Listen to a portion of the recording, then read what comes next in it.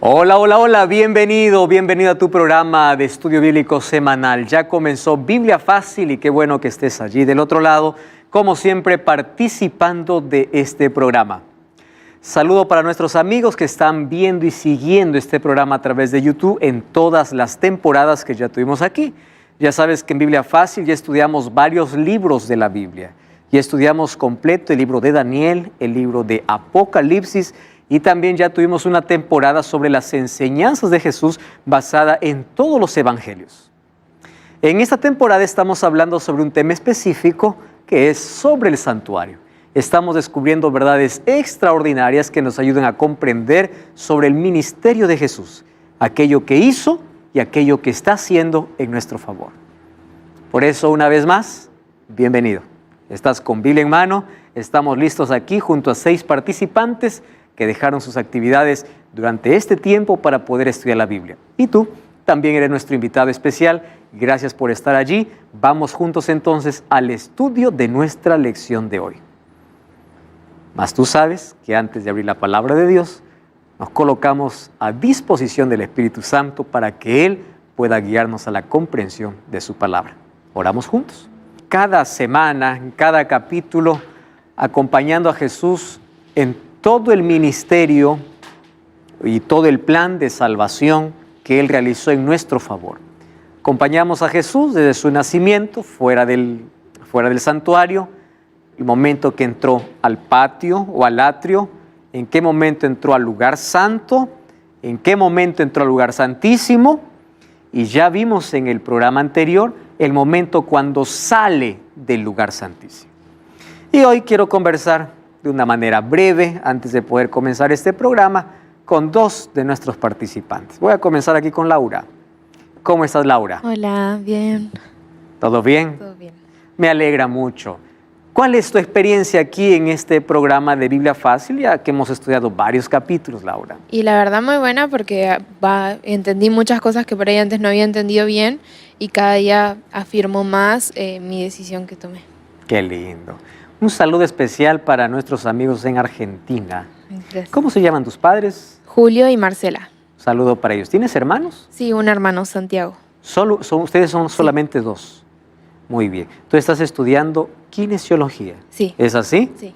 En la UAP, Sí. allí en Entre Ríos, Argentina. Gracias por participar con nosotros, gracias por estar aquí en esta temporada de Biblia Fácil. Gracias a ustedes por la oportunidad. A su lado se encuentra Karina. Es una alegría una vez más saludarte, Karina. Bienvenida a este programa. Hola, pastor, ¿qué tal? Muy bien, gracias a Dios. ¿Cuál ha sido tu experiencia durante estos capítulos que hemos estudiado la Biblia?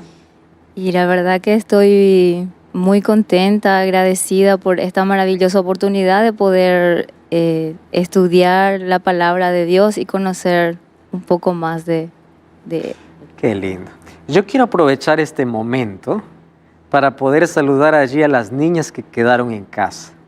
Tengo un cariño muy especial cuando fui allá a tu ciudad, Joenao, ¿es así? Joenao. Sí. Allí en Paraguay, en una caravana hace poco, tuve el privilegio de poder conocer tanta ternura, tanto cariño. Y de paso, yo quiero agradecer, si estás viendo ahora este programa, ¿me recuerdas el nombre de las 2 niñas que tienes? Ailén, Ailén, Itzel. Kitzel. Itzel. Itzel. Sí. ¿Y cómo así eligieron ese nombre? Itzel. Se me ocurrió. Interesante. Ailén, Itzel. Itzel. Muy bien, querida Ailén y Itzel. Un grande abrazo para ustedes.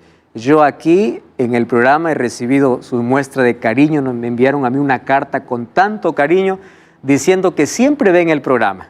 Entonces estoy seguro que están viendo el programa ahora. Un grande abrazo para ustedes y un cariño allí para toda tu familia, querida Karina, allí para tu esposo y para todos los que viven allí en casa. Muy bien, gracias por participar con nosotros. Estamos listos ahora para abrir la palabra de Dios y hoy en nuestro tema vamos a hablar sobre una etapa que nos faltaba del juicio, que era el juicio final. La pregunta es, ¿cómo y cuándo ocurrirá ese juicio? Ustedes ya escucharon hablar acerca del tormento eterno, acerca de personas que van a sufrir eternamente en el lago de fuego. ¿Es así la manera como Dios va a castigar al impío? Vamos a ver qué dice la Biblia.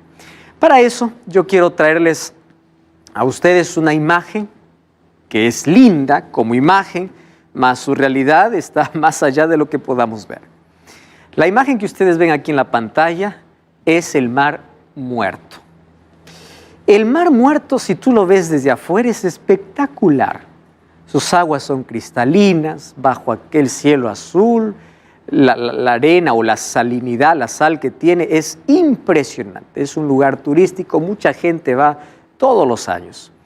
Tuve el privilegio de poder estar allí para grabar el DVD que nosotros ofrecemos ahí en el programa, allí en el Mar Muerto. Solo que este mar tiene una particularidad que ningún otro tiene en el mundo. Todos los océanos en nuestro planeta tienen 3% de salinidad. Por eso cuando tú vas al mar vas a sentir la sal que tiene el agua. Sin embargo, el Mar Muerto tiene 33% de salinidad. Es decir, 10 veces más de lo que tiene cualquier otro mar, cualquier otro océano. Tanto así que cuando tú entras a sus aguas, es imposible que te puedas hundir. La salinidad hace que tú puedas flotar. Y hay tanta gente acostada en el agua leyendo periódico incluso. Y es impresionante. Solo que nadie puede allí nadar libremente y sumergirse. No, hay que hacerlo con cuidado. Porque el agua, si entra a los ojos, representa allí, no, más allá del dolor, puedes hasta quedar ciego. Y si tomas esa agua, puedes hasta morir. Entonces hay siempre un cuidado que allí las personas te dicen que debes tener antes de poder ingresar. Es bonito entrar, es bonito sentir que uno flota, todo está lindo. Más allí tú puedes ver la salinidad. Si tú tienes alguna pequeña herida, algún rasgón, tú vas a sentir tremendo dolor al ingresar a esas aguas. Ahora, fíjate una cosa. Ese mar que hoy vemos, que es un lugar turístico, tiene mucha historia. Cuando vamos al libro de Génesis capítulo 19, encontramos que en esta región se levantaron 2 grandes ciudades. Fueron 4 en sí, pero nosotros más conocemos o recordamos por 2 grandes ciudades. ¿Qué ciudades? Las ciudades de Sodoma y Gomorra. Y si ustedes recuerdan, esas ciudades fueron castigadas con fuego y azufre. Y ahí está la explicación de por qué tanta salinidad en ese territorio. Incluso cerca del Mar Muerto hay un lugar donde dice que probablemente allí estuvo la mujer de Lot cuando miró hacia atrás, hacia la ciudad que estaba destruyendo, y se convirtió en sal. Ahí está una de las evidencias de cómo ya en un momento de la historia Dios ejecutó un juicio.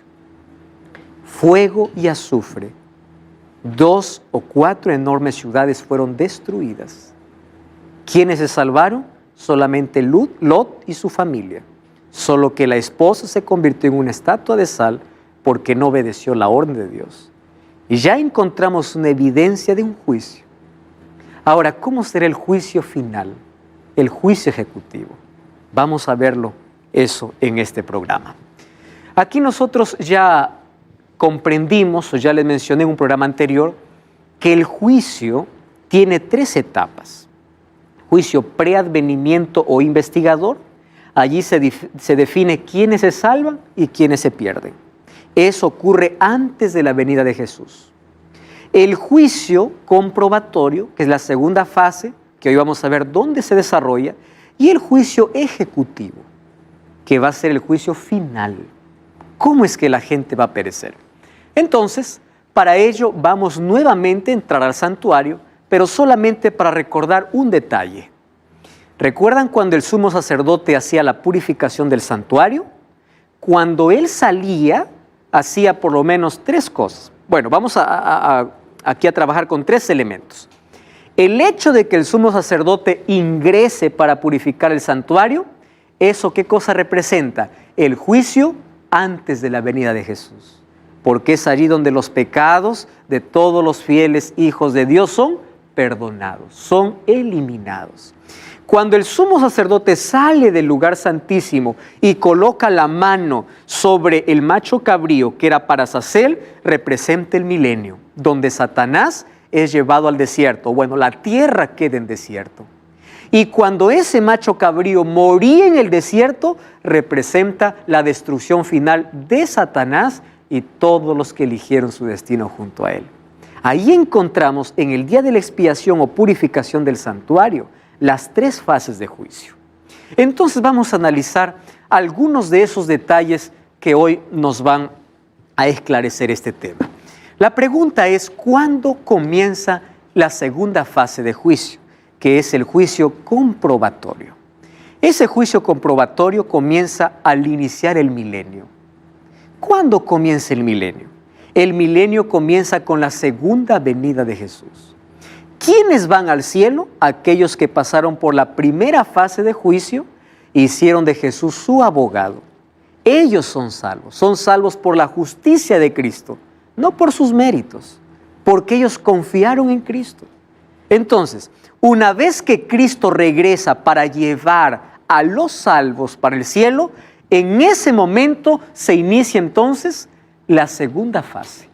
Allí comienza el milenio y la segunda fase de juicio. Entonces podemos decir que la segunda fase de juicio dura 1000 años. Vamos a ver qué sucede cuando Jesús viene. Vamos al libro de Primera de Corintios. El apóstol Pablo con tanta claridad nos explica ese momento glorioso. Primera de Corintios capítulo 15, versículo 51 hasta el versículo 53. Primera de Corintios capítulo 15, versículo 51. Laura, ¿encontraste el texto? ¿Puedes leer, por favor? Os voy a decir un misterio. No todos dormiremos, pero todos seremos transformados. En un instante, en un abrir de ojos. Al final trompeta, porque se tocará la trompeta, y los muertos serán resucitados, incorruptibles, y nosotros seremos transformados. Gracias. Ustedes recuerdan que yo les dije que la parte final de esta experiencia del cristiano termina en la glorificación.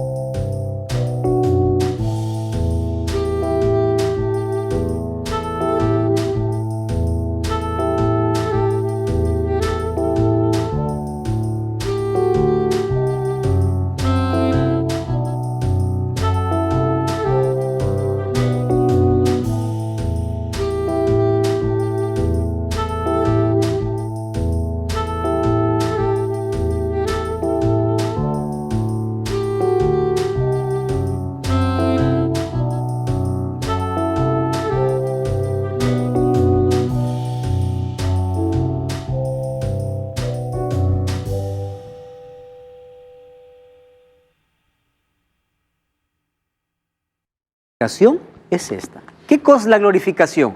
La transformación completa del ser humano. Hoy caminamos con Jesús, pero tenemos aún nuestra naturaleza pecaminosa, que eso el apóstol Pablo lo llama de hombre viejo, hombre antiguo, que no muere. Esos son los deseos, las inclinaciones, nuestra naturaleza pecaminosa que está entre nosotros. Cuando Cristo venga, esa será arrancada. Ya no tendremos más deseo de pecar. Ustedes se imaginan. Hoy luchamos contra el pecado. Pero en ese momento dice, todos seremos transformados. Entonces, cuando Cristo venga, ¿qué sucederá con aquellos que murieron en Cristo? O aquellos muertos que van a resucitar. Ellos van a resucitar y van a ser transformados.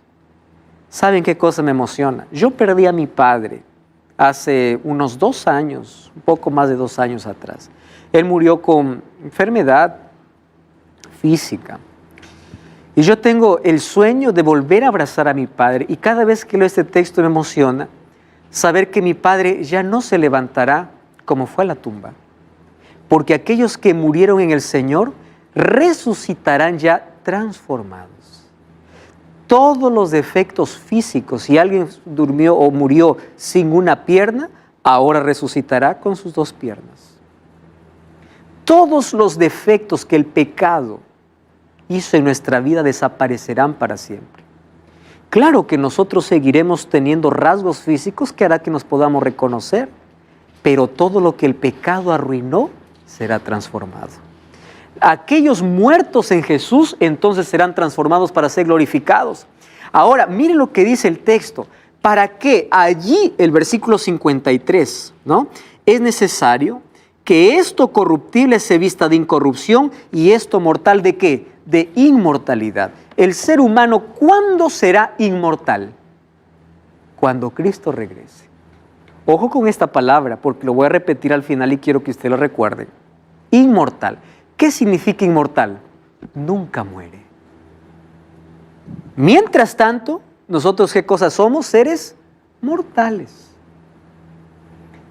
Otra cosa, la inmortalidad es un regalo que Dios dará solo a los que son salvos. Quiere decir que serán revestidos de inmortalidad los muertos que resucitan, y si resucitan es porque durmieron en el Señor, y aquellos vivos que irán al cielo, ellos también recibirán la glorificación y el don de la inmortalidad. La inmortalidad es un regalo que Dios dará cuando Él venga, es decir, no todos los seres humanos serán inmortales. Eso es necesario para comprender el fuego eterno que habla Apocalipsis. Sí, Susana. Sí, ¿la enfermedad es a consecuencia de los pecados? Sí. Todo el sufrimiento es consecuencia del pecado. Gran parte de nuestro sufrimiento es consecuencia de nuestra desobediencia en sí. Por ejemplo, las enfermedades, hay un 70% que es por nuestros malos hábitos. Hay un 30% que no tenemos nada que ver. Por ejemplo, otro tipo de sufrimiento son consecuencia de nuestras elecciones. Por eso es que mientras más temprano vamos a Cristo, menos errores cometemos, mejores decisiones tomamos y mejoramos nuestros hábitos. Ser cristiano significa tener calidad de vida en el presente y prepararnos para una eternidad con Jesús. Entonces, todo lo que el pecado deterioró en el ser humano será transformado. Y no se olviden que al ser transformados recién, seremos inmortales. Mientras tanto, ¿qué cosas somos? Mortales. No se olviden ese concepto. Número 2, ¿qué sucederá entonces con las personas, o quiénes van a resucitar cuando Jesús venga? Vamos a abrir la Biblia. Apocalipsis capítulo 20, versículo 6. Apocalipsis capítulo 20, versículo 6. Miren lo que dice la palabra de Dios. Último libro de la Biblia, Apocalipsis 26. Karina, ¿puedes leer el texto, por favor? Bienaventurado y santo el que tiene parte en la primera resurrección. La segunda muerte no tiene poder sobre ellos, sino que serán sacerdotes de Dios y de Cristo, y reinarán con Él durante los 1000 años. ¿Quiénes reinarán con Cristo 1000 años? Dice, bienaventurados aquellos que tienen parte en la primera. Quiere decir, si es que menciona que hay una primera resurrección, va a haber una segunda resurrección. Pero ¿por qué es feliz el que resucita en la primera resurrección? Porque ese resucita para ser salvo para siempre. Aquellos que resucitan en la segunda resurrección solamente resucitarán para reconocer que Dios es justo y que ellos merecen el castigo. Por eso no tenemos miedo a la muerte. La muerte puede ser solo una pausa hasta la venida de Jesús. Nuestro interés es estar en las manos de Dios. ¿Recuerdan Jesús cuando dijo cuando murió Lázaro, cuando le dijo a Marta, el que cree en mí, aunque esté muerto, vivirá? Y el que no cree, no vive. No tiene vida eterna. No se vuelve inmortal, porque es un regalo de Dios para aquellos que son salvos. Entonces, cuando Jesús viene, dice que su venida es gloriosa, porque dice que trompetas sonarán, los muertos resucitarán, y aquellos que resucitan son aquellos que participan de la primera resurrección, que es la resurrección de los justos, de aquellos que van a ir al cielo por la eternidad. ¿Qué sucede con las personas que están vivas en el regreso de Jesús, pero no se prepararon? Ellos están perdidos. ¿Qué sucede con esas personas? Vamos a ver, Apocalipsis 6, 14 al 17. Ahí está hablando de ese momento glorioso también cuando Jesús regresa. Apocalipsis capítulo 6, versículo 14 al 17. ¿Puedes leer, por favor, Oscar? 16. 6, 14. El cielo se desplegó como un pergamino que se enrolla, y todo monte y toda isla fueran removidas de su lugar. Versículo 15. Entonces los reyes de la tierra, los grandes y los ricos, los capitanes y los poderosos, y todo siervo y todo libre, se escondieron en las cuevas y entre las peñas de los montes. Versículo 16. Y decían a los montes y a las peñas: caed sobre nosotros y escondednos de la vista de aquel que está sentado en el trono y de la ira del Cordero. Versículo 17. Porque ha llegado el día de su ira. ¿Y quién podrá quedar en pie? Muy bien. Desesperación. Glorioso para algunos, doloroso para otros. ¿Qué sucederá con los impíos que están vivos cuando Jesús regresa? Llamarán a las peñas, cae sobre nosotros. ¿Por qué dice escondernos de aquel que viene? Porque ellos saben que aquel que viene es aquel a quien siempre rechazaron en la vida. Ellos saben quién es Él. Escondernos de la ira del Cordero. ¿Se acuerdan a quién representa el Cordero? A Cristo. Y ahí hace la pregunta: ¿y quién podrá sostenerse en pie? ¿Y saben cuál es la respuesta? En el capítulo 7 habla de los redimidos, bajo un número de 144,000 que representa a todos los salvos. Sí, Laura. ¿Y qué pasa con el que no conoció o no sabía? Hay muchas personas que no conocieron el Evangelio completo. Dios lo juzgará de acuerdo a la luz que recibieron. Tú sabes que todo ser humano tiene en su corazón la necesidad de adorar, y todos a través de su conciencia saben distinguir qué es pecado y qué no es, aun cuando nadie lo enseñe. Y Dios los juzgará de acuerdo a la luz que recibieron. Ahí está la justicia de Dios. El libro de Hechos 16:31 dice que Dios no toma en cuenta los tiempos de ignorancia. Él es justo. Entonces Dios salvará a las personas que no conocieron toda la verdad si vivieron de acuerdo a la luz que recibieron. Oscar. Si la eternidad es un regalo de Dios para quienes creyeron en Él, los que se pierden, ¿no estarán eternamente también en sufrimiento? Ahí tocaste el punto. A eso vamos a llegar.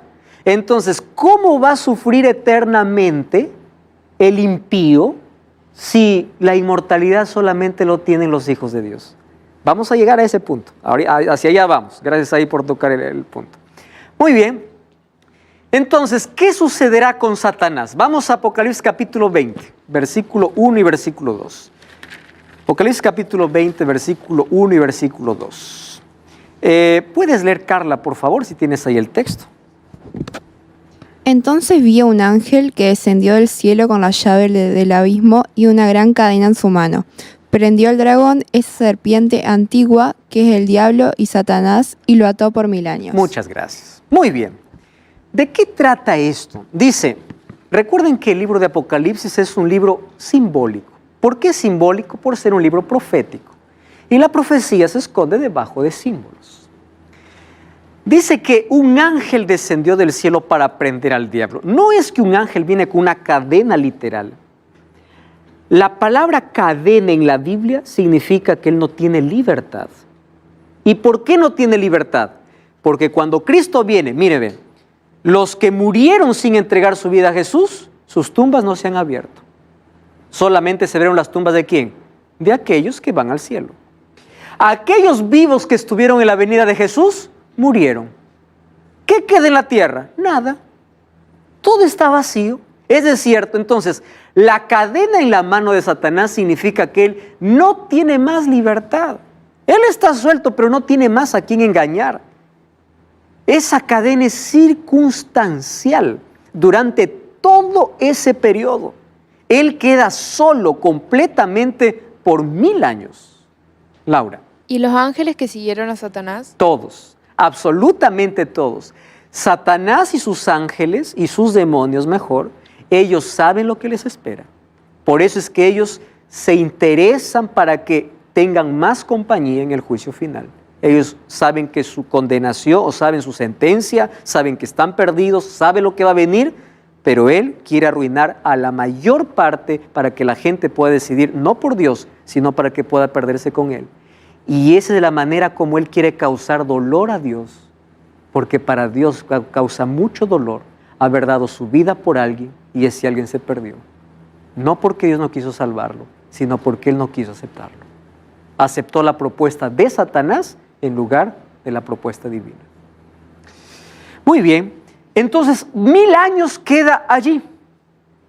Vamos a recordar otro momento especial. Miren, en el día de la purificación del santuario, ¿recuerdan cuando el sumo sacerdote tomaba allí los 2 machos cabríos?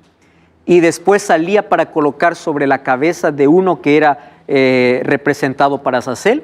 Entonces, Satanás, eso significa que cuando Cristo regrese, Satanás será responsabilizado por todos los pecados que llevó a los salvos a practicar, porque los que se pierden pagarán en carne propia por sus pecados. ¿De qué manera se limpia entonces todos los registros de pecado? Cuando Cristo regrese, entonces, eso lo consideramos como basura, ¿verdad? ¿Es puesta ¿dónde? Al basurero. Satanás es el responsable por haber hecho pecar a los hijos de Dios. La pregunta es, ¿solo a los hijos de Dios? ¿Acaso no hizo pecar a todo el mundo? Sí, pero la diferencia es que algunos fueron a Jesús a pedir ayuda y Dios lo perdonó. Y sus registros ahora quedan destrozados. Y ahora esos registros son hechos culpable ¿a quién? A aquel que lo hizo caer, a Satanás. Y esa ida del macho cabrío en el desierto representa los 1000 años. La muerte del macho cabrío en el desierto ya representa el juicio ejecutivo o el momento de destrucción, donde se acaba Satanás, el pecado y todas sus consecuencias.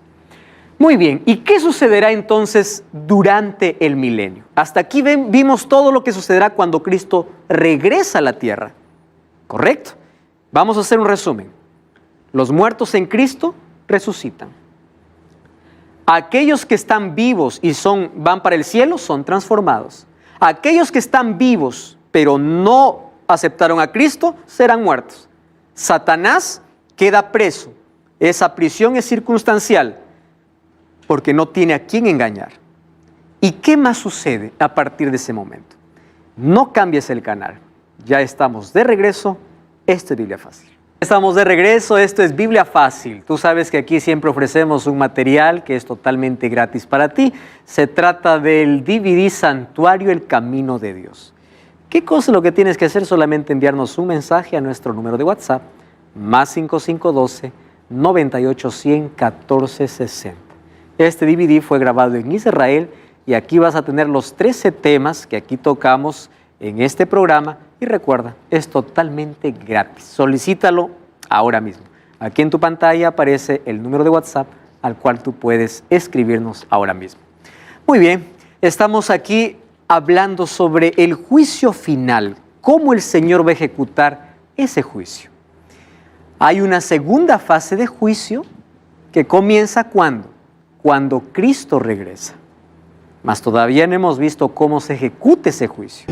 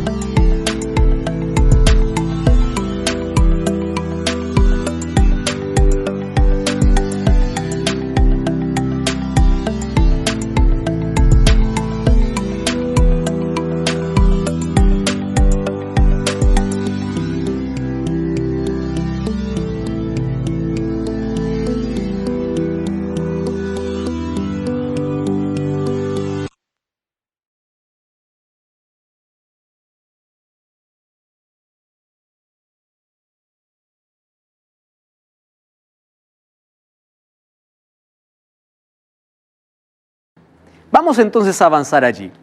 ¿Qué sucederá durante el milenio?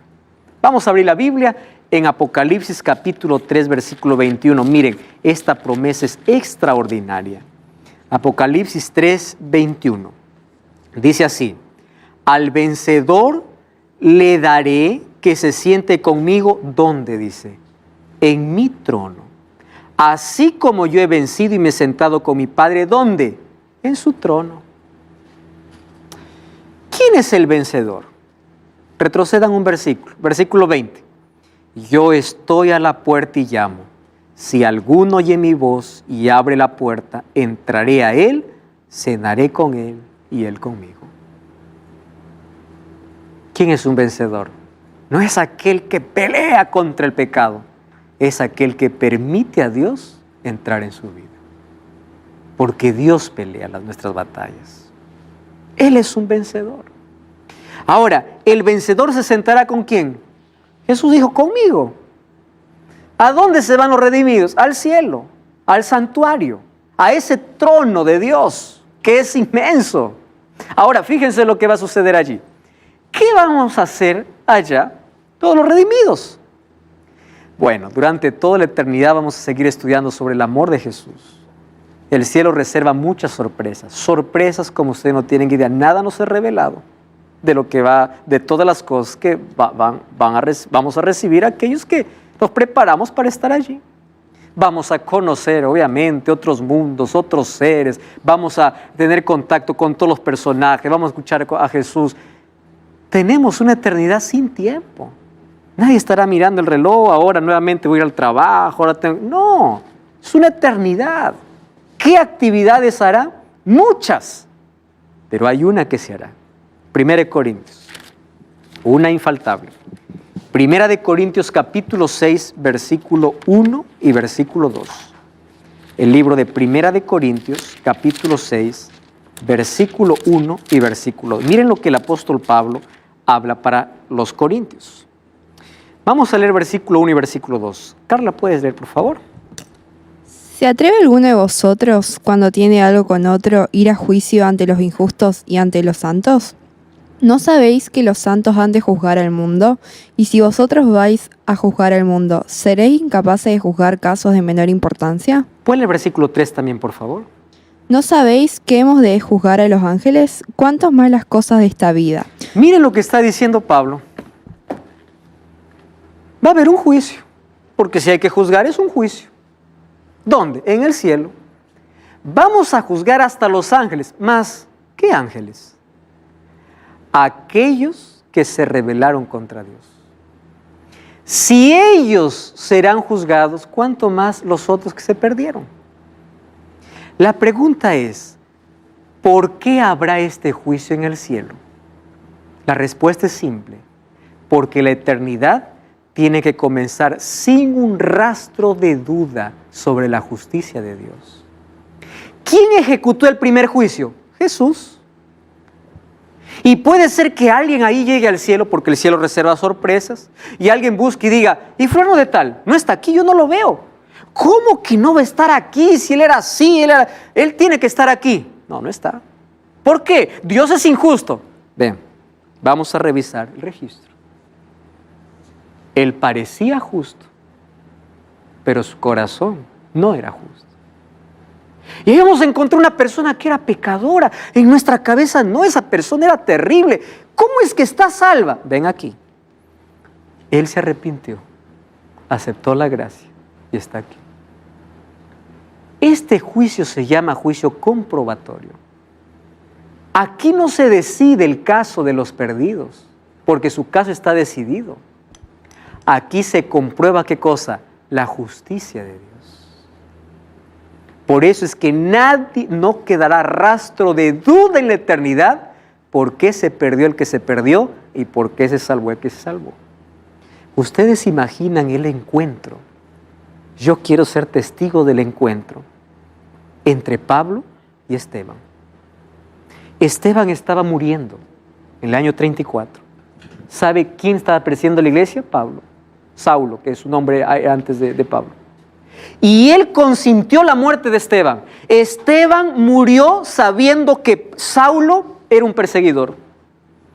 ¿Tú te imaginas el encuentro que tendrá en el cielo? ¿Por qué estás aquí? Ven, te cuento la historia. Aquí está mi registro. Yo después fui alcanzado por Dios. Y tantas otras sorpresas que habrá en el cielo. Entonces, en este juicio es para comprobar la justicia divina. la misericordia y la justicia de Dios. Por eso es necesario esta segunda fase de juicio. Vamos a Apocalipsis capítulo 20, versículo 4. Ahí una vez más nos muestra sobre este juicio. Miren, Apocalipsis capítulo 20, versículo 4. Allí dice, vi tronos. ¿Quién se sentaba en el trono? Dice Apocalipsis capítulo 3, el que venciere.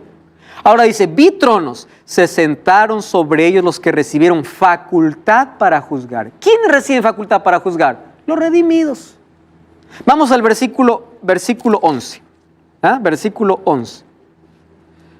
Dice allí, y vi un trono blanco y el que estaba sentado de él y delante de él huyeron la tierra y el cielo y ninguno se halló lugar ya para ellos. Vi muertos grandes y pequeños de pie ante Dios. Los libros fueron abiertos y otro libro fue abierto, el cual es el libro de la vida. Pero fueron juzgados, ¿quiénes? Los muertos por causa de las cosas que estaban escritas en los libros según sus obras. Habla de esta segunda etapa. Nadie quedará con duda sobre el amor y la justicia de Dios. ¿Por qué está aquí si yo pensaba que Él estaba perdido? Ahí está la razón. Él fue a Cristo, Él se arrepintió, Él cambió, y aunque tú nunca lo supiste, Él se arrepintió de corazón. Ahora fíjense una cosa, ahí vamos a comprobar la justicia y la misericordia. Jeremías capítulo 4, versículo 23 al 27, ¿saben qué habla? De cómo queda la tierra durante ese milenio. Miren, Jeremías capítulo 4, versículo 23 hasta el versículo 27. Cosa muy triste. Dice allí, miré a la tierra y vi que estaba como desordenada y vacía. Igual que Génesis 1:1. Desordenada y vacía. Y a los cielos no había luz. Vi a los montes, vi que temblaban, los collados fueron destruidos. Miré, no había hombre, las aves del cielo se habían ido. Miré, el campo fértil era desierto. Todas sus ciudades estaban asoladas delante de Jehová, delante del ardor de su ira. Versículo 27, dijo Jehová, toda la tierra será asolada, pero no la destruiré del todo. ¿Por qué no será destruida para siempre la tierra? Porque después de los 1000 años, Dios purificará la tierra. Y la tierra será la eterna morada de los redimidos. Y eso es impresionante. Isaías 66 dice, de mes en mes y de sábado en sábado, vendrá toda carne a adorar delante de mí, dice Jehová. La tierra finalmente volverá al estado perfecto antes de la entrada del pecado. Ahora, después del milenio, ¿qué sucede? Cuando ya se cumplen los 1000 años en el cielo, vamos a Apocalipsis nuevamente, capítulo 20. Apocalipsis capítulo 20, versículo 9 hasta el versículo 11. Este es el texto que a muchos intriga. Apocalipsis 20, 9 al 11. Presten atención. Subieron por la anchura de la tierra y rodearon el campamento de los santos y la ciudad amada. Pero ¿qué cosa sucedió? De Dios descendió fuego del cielo y los consumió. Versículo 20.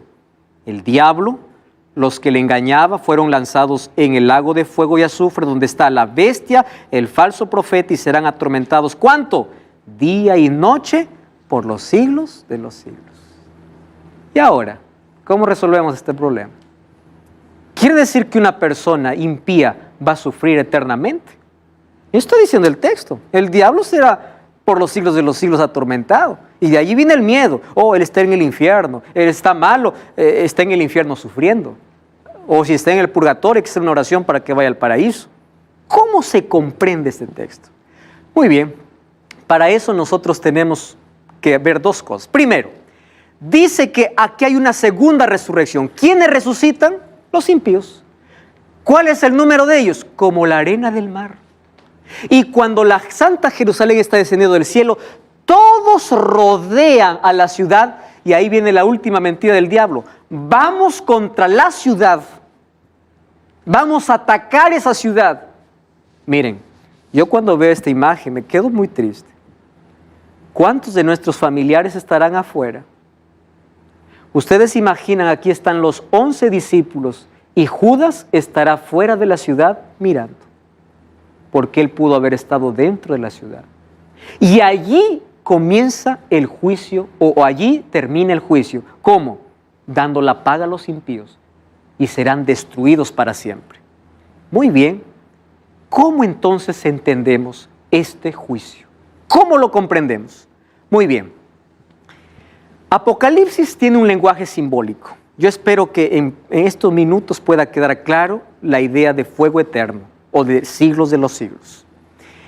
Si nosotros creemos que una persona que vivió 80 años va a sufrir 100,000 años, entonces Dios no es amor, Dios es sádico. Ni siquiera en la tierra se hace ese tipo de injusticia, ¿verdad? Imagínate, vivir 80 para arder millares de años, eternamente. Eso no es el Dios de amor. Entonces, ¿cómo se comprende ese texto? Cuando creemos en el tormento eterno, estamos desvirtuando el carácter de Dios. ¿Cómo lo comprendemos entonces? Muy bien.